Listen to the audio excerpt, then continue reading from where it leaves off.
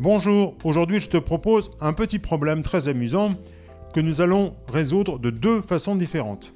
Imagine, tu organises le goûter de ton fils, il invite ses copains, et pour l'occasion, ta femme prépare un très gros gâteau au chocolat. Le rayon de ce gâteau est de 20 cm, la hauteur 10 cm, et ton fils, qui est très gourmand, mange 1/8 du gâteau. Comment calculer le volume de la part de gâteau au chocolat dont il vient de se goinfrer?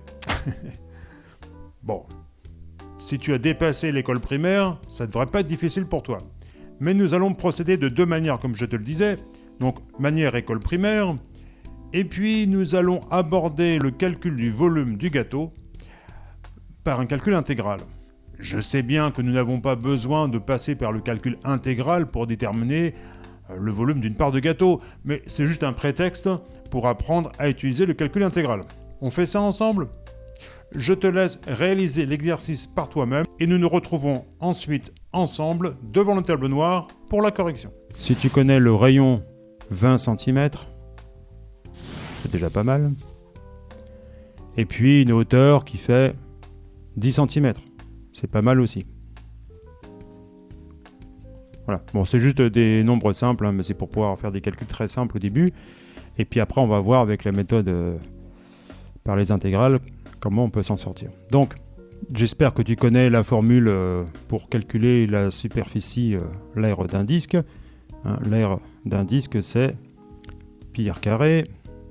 Donc, ça nous fait tout simplement pi multiplié par 400. Ça nous donne l'aire en centimètres carrés.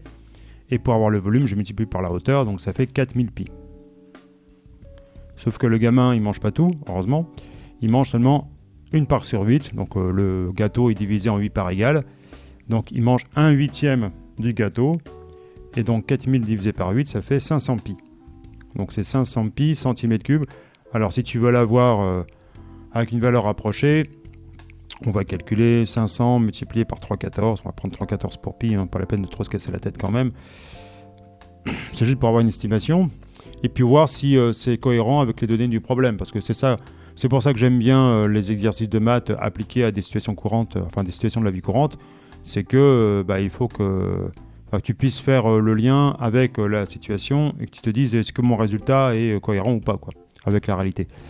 Donc 500 fois 3,14, pour multiplier par 5, je multiplie par 10 et je divise par 2. Donc on va faire 314 divisé par 2 déjà. Ça fait 157. Multiplié par 10, ça fait 1570. Je rajoute 2 zéros, puisque c'est 500. Et je décale la virgule de 2 chiffres vers la gauche. Donc ça me donne 1570 cm3. Ce qui est pas mal déjà. 1570 cm3. Alors, pour résoudre ce problème, on va décomposer notre gâteau en deux parties. Nous allons avoir la base et la hauteur. Donc on reprend notre disque de rayon 20 cm. Ce que je vais faire, c'est que je vais représenter un axe sur le gâteau, sur le disque, et je vais me demander comment je pourrais repérer, si je prends un point sur le disque, comment je pourrais repérer où il est sur le disque, c'est-à-dire quelles sont ses coordonnées. Alors pour ça, tu vas me dire, c'est tout simple. J'ai son abscisse et son ordonnée. Mais comme on parle de cercle, plutôt que penser et réfléchir en termes de coordonnées cartésiennes, on va plutôt, ça c'est O, le centre du cercle, on va plutôt penser et réfléchir en termes de coordonnées polaires. Donc on va dire que comme le garçon mange 1/8 de la part du gâteau, on va considérer que on va raisonner entre θ égale 0 et θ égale pi sur 4. D'accord? Donc, si je veux avoir toutes les coordonnées des points qui constituent la part du gâteau, je vais avoir des points qui vont osciller entre 0 et pi sur 4. D'accord? Donc, θ va varier de, on va dire, il fait partie de l'intervalle 0 pi sur 4. Et le rayon, lui, il va varier de où à où? Du centre du cercle jusqu'à la périphérie du gâteau. Donc le rayon, il va osciller dans l'intervalle 0, 20, puisque le rayon, je te le rappelle, c'est 20 cm. Et pour la hauteur, On va déterminer une fonction qu'on va appeler h de xy, xy étant les points de la base. Et comme la hauteur est constante, parce que le gâteau a été bien fait par mamie, puisque la hauteur est constante et que ça vaut 10 cm, on peut dire que h de xy égale 10. Tu vas voir où je vais en venir. Alors pour calculer l'aire du disque, ce qu'on va faire quand on effectue un calcul intégral, c'est qu'on décompose une forme en plein de petites tranches. Et on t'a souvent demandé de calculer l'aire comprise entre la courbe, les deux droites verticales et l'axe des abscisses. L'aire de ce domaine. Et en fait, ce qu'on fait, même si de manière pratique on passe par une intégrale, les primitives, etc., en réalité, le principe, c'est que ici tu as y égale f de x. Là, c'est évidemment les abscisses et là les ordonnées. En fait, on découpe cette partie-là en très fines tranches. Là, c'est déjà une tranche très épaisse par rapport à ce qu'on fait, mais c'est juste pour t'expliquer les choses. Donc ça, c'est un dx, d'accord ? Et là, on a y. Donc en fait, ce qu'on fait quand on calcule, là, en fait, ça nous donne de tout petits rectangles parce qu'on peut assimiler cette courbe à plein de points, en fait, qui sont comme des largeurs de rectangle, mais vraiment très fines, tu vois. Ce qui fait que, normalement, l'aire d'un rectangle, c'est la longueur multipliée par la largeur. Ça veut dire A majuscule, ça. Voilà. L'aire, c'est longueur multipliée par largeur. Mais comme on prend un rectangle dont la largeur est extrêmement petite, eh bien on n'écrit pas grand L ou x, mais on écrit dx. dx, ça veut dire une toute petite partie. Donc en fait, je vais avoir quoi ? Qu'est-ce qui me donne la longueur ? C'est l'ordonnée de la courbe. Donc pour avoir l'aire, je fais f de x multiplié par dx. Et en fait, quand on dit qu'on fait l'intégrale, en fait, je fais la somme. La première personne qui a sorti ce symbole-là, en fait, il avait dessiné des S un peu stylisés. Il a imprimé, s'est dit, oh là là, qu'est-ce que c'est encore ce symbole mathématique ? Bon, je vais pas demander aux mathématiciens ce que ça veut dire.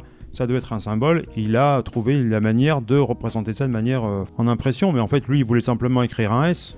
C'est la somme, tout simplement. Bon. Alors c'est sûr, c'est plus stylisé de le faire comme ça. Mais en fait, c'est tout simplement la somme de tous les rectangles entre x égale a et x égale b.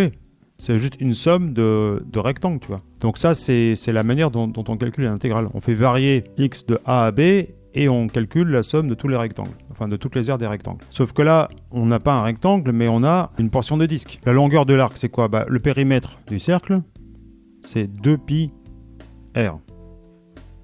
Alors pourquoi 2π ?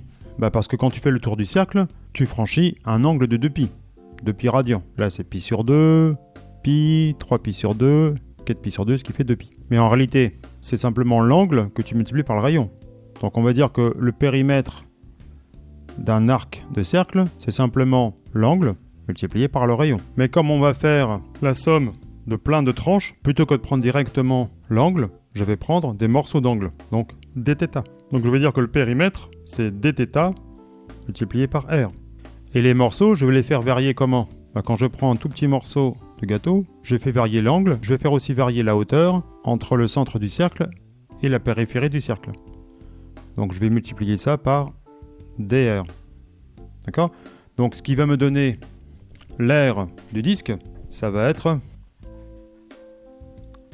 r dθ dr. Alors je sais qu'on passe par des chemins détournés pour revenir à ça, mais je t'explique comment ça fonctionne. Et donc le volume, il va être multiplié par cette fonction h de xy dont la valeur est fixe. Donc ce qu'on va faire ici, c'est qu'on va calculer l'intégrale double. Généralement, l'intégrale simple, c'est pour calculer une aire.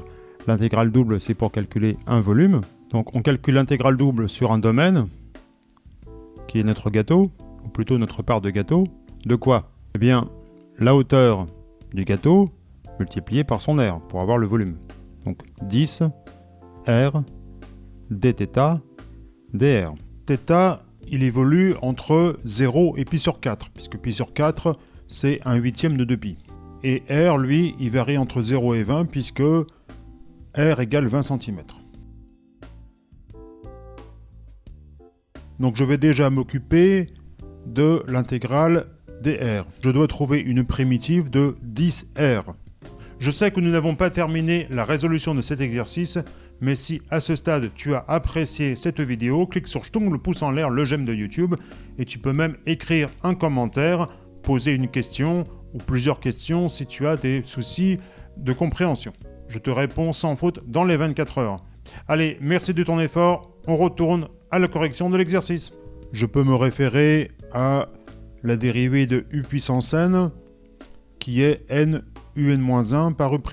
Donc la u c'est r, comme c'est puissance 1, c'est 2 moins 1, donc n égale 2, je mets le 2 devant r puissance 2 moins 1, et je multiplie par la dérivée de r qui est 1.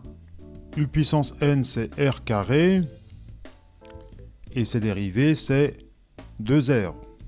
Alors, si je veux considérer seulement r, eh bien je vais dire que c'est 1/2 de la dérivée de r carré, ce qui fait que mon intégrale est équivalente à 1/2 de r carré, mais attention, puisque je dois tout multiplier par 10,